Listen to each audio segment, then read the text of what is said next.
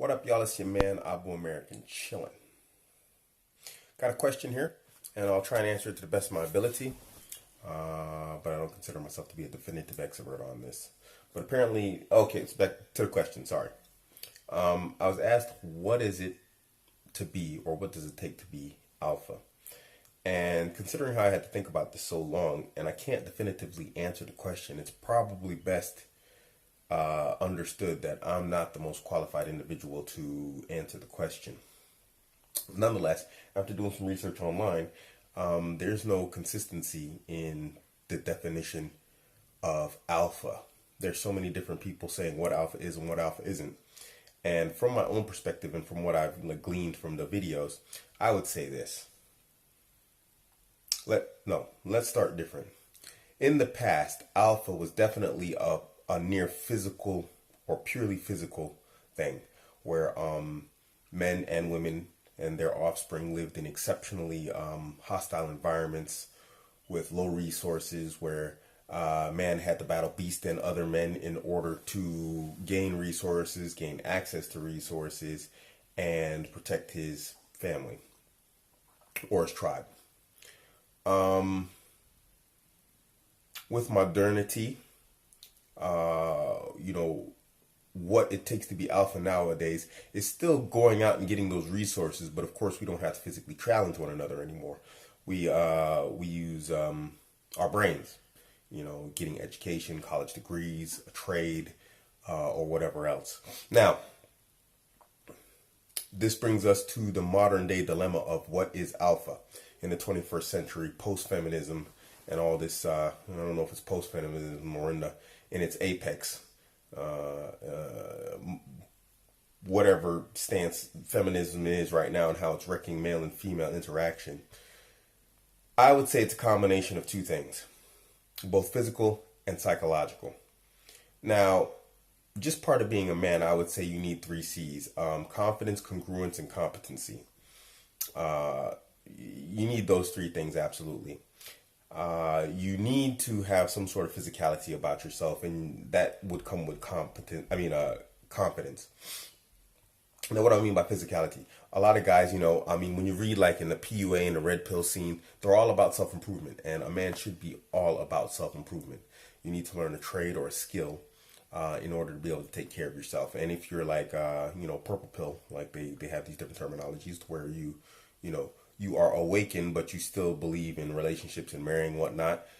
And just to throw this in there, if you're a Muslim man, there's no way you can be pure red pill. You can't be MGTOW.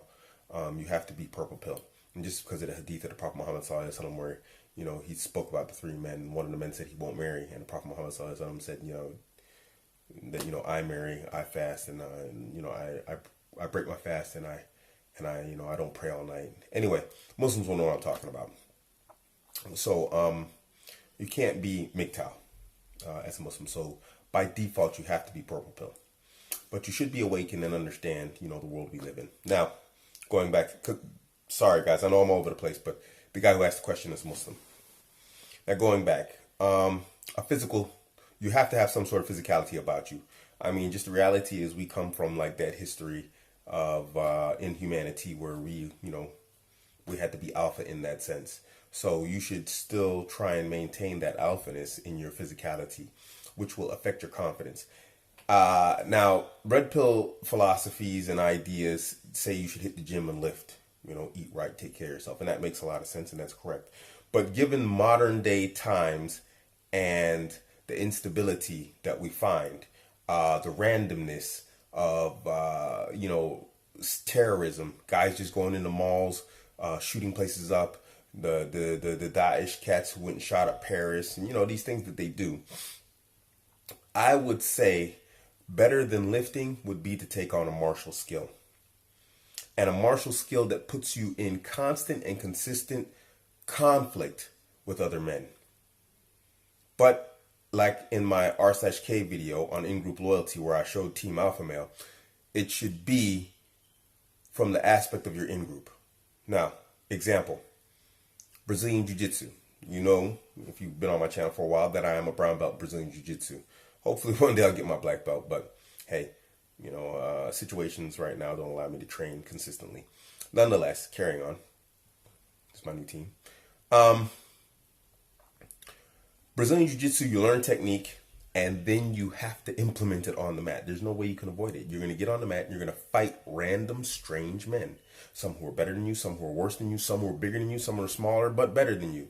And it's going to put you in such constant and consistent conflict with other men that your confidence is going to just shoot through the roof in all areas. Because if you lose the fear of confrontation with a man where you're like, I can hold my own against the average guy, the average trained fighter, then what's the average untrained guy on the street going to do? I would say that you should do that for your grappling game. For your striking game, Muay Thai or boxing, same thing. You're going to learn technique and you're going to consistently be put in the ring against other people and you're going to learn how to strike. So basically, I'm telling you, like, be an MMA fighter. I think this is more important than going to the gym and lifting heavy weights, because weights don't fight back. Like Bruce Lee would say, bricks don't hit back or something like. No, wait. Was that, what movie was that? Bricks don't hit back. Was it Bruce Lee? Was it Street Fighter?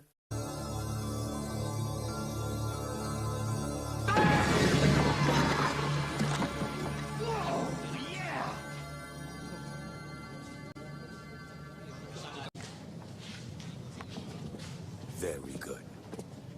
But brick not hit back.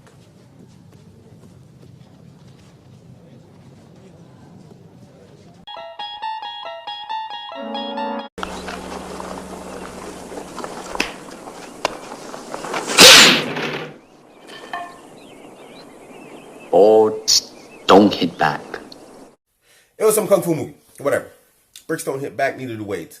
Weights will not teach you that confidence and that skill. It might give you confidence, but it's artificial. I can't tell you how many times I've seen these big muscle bound dudes come up into the gym and just get tapped out back to back to back to back to back by the smallest white belts. Not even purples or blue belts. These guys just come in and and they think they're gonna come in there and muscle dudes over. And strength trumps, not Donald. It trumps technique trumps strength every single time. So learn a martial skill. Next, that's for the physical part of being alpha. In terms of like your psychological and self-improvement, you should constantly and consistently be reading books that are going to benefit you. I don't think you should be reading science fiction and all this stuff. Okay, it's nice if you enjoy it. Fine, fair enough. It'll help you with your vocabulary and being articulate, which is an important part of being a man, in my humble opinion. But you should read stuff that improves you psychologically and socially. Be it a trade book or a book on your trade or your skill, or learning a new trade or a skill, or books on psychology and sociology, anthropology, things that'll help you interact with people in society. Because how much do we study? How often do we study topics, but we don't study the individuals around us? We spend our entire lives in societies with hundreds of thousands of people, that we come across in our entire lifetime, and how little we understand human behaviors and interactions. So I think this is very important to be socially adept and to be educated and well-rounded in terms of self-improvement in that particular aspect. Also in that aspect, or in that category, would be learning a trade or a skill. I learned how to be an English teacher, and I consider myself to be, quite a good English teacher. I taught English for nearly a decade. A technical skill is that allowed me to travel to nearly 40 countries and live in 6 different countries.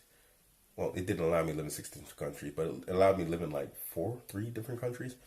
But my lifetime where I've lived. Tangent.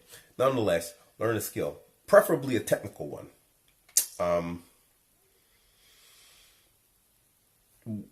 Anyway, I don't want to make any suggestions. Learn a technical skill. Learn a soft skill. I consider English to be a soft skill. I'd like to learn a technical skill. I actually never learned one, but I am looking. And I was speaking to some of my homies. One of them, he asked me the question here. We were talking about maybe teaching me some of his stuff. He's in the technical field. So yeah, these 2 categories would probably be best suited to consider yourself to be in alpha. These technical skills would be classified in the area of competency.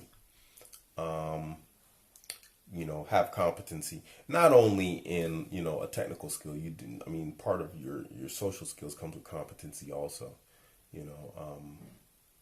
if you're socially adept and socially aware, then you're going to be a socially competent person. But social competence and physical prowess, being able to choke people out at will, won't help you in the world in that general sense unless you're in the business of the military and killing people. So, you need to have a technical or a soft skill to go with that to make your money. What else would be alpha?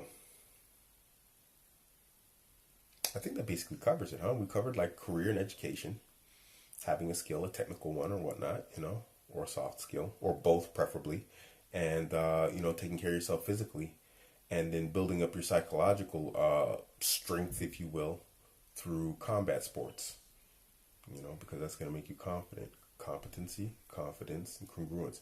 Congruence. Yeah, congruence. Okay, congruence. Now,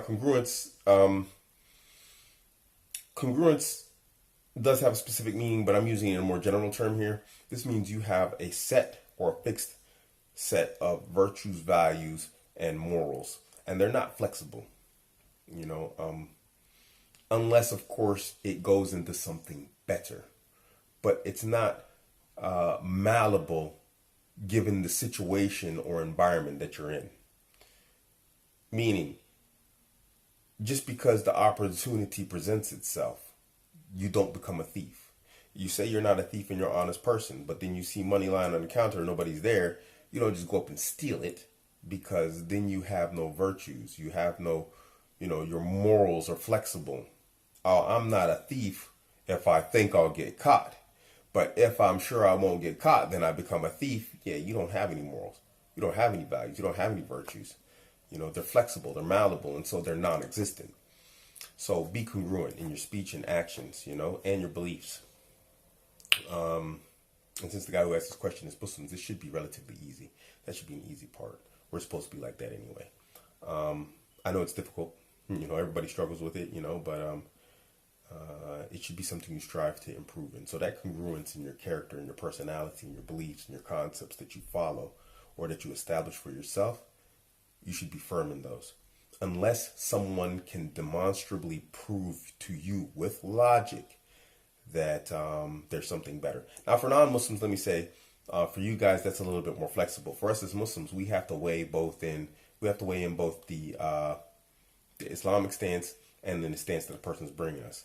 Like a lot of people argue about like Islam's stance on homosexuality, but we have clear, writings in our text that don't allow us to accept that as a normal lifestyle. And if you look at the conservative right in the West, generally they don't accept it as a lifestyle that's acceptable. But unlike the West, we're not in the position to where we can change those virtues or those values. We can't change our morals and say, this week homosexuality is a mental illness like it was, in the 70s in the medical psychology book of psychological whatever, and then 10 years later we take it out, and now in 2016 we want to try and make it to where it's like you're mentally ill if you say homosexuality, there's something wrong with it. So we don't have that flexibility as Muslims. But non-Muslims, if you're gonna be flexible in your congruence, using it in a very general term, then make sure at least you can explain it, that it comes off of logic and reason, and not just, oh my gosh, that girl, she'd be disappointed in me if I said I voted for Trump, or if I said that I don't like homos.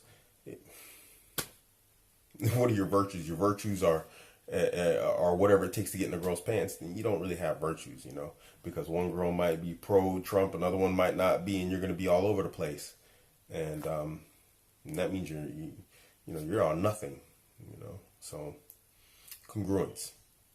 So yeah, I don't think there's much else that I can add to that. Hopefully that helps. Catch me on Instagram, Twitter, and Facebook. You can catch me on Snapchat every once in a while. All at Abuamerican. Questions or comments, you know where to hit it. I'm out.